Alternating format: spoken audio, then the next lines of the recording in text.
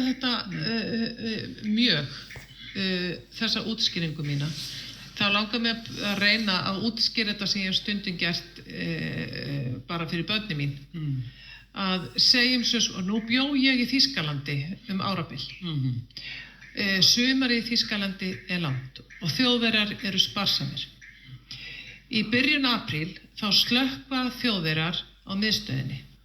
Þeir slökkva á kyndingunni því það komin sumartími og alveg óháð því hvernig veðrið eða eitthvað annað, en það oftast í suðurhluta Þýskalands að þá farið að hlýna í veðri og þeir eru ekkert að brenna gasi eða olíu til að kynda húsin. Þannig þeir slökkva á miðstöðinni. Þeir kveikja ekkert á henni aftur fyrir í október þegar þeir að nálgast vetrartíman.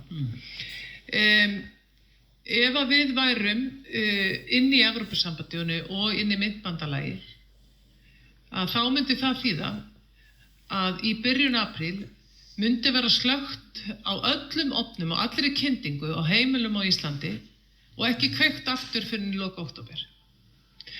En þú veist það jafnvel og ég, að það getur verið frost og óveður og jafnvel stórhríð fram í maí.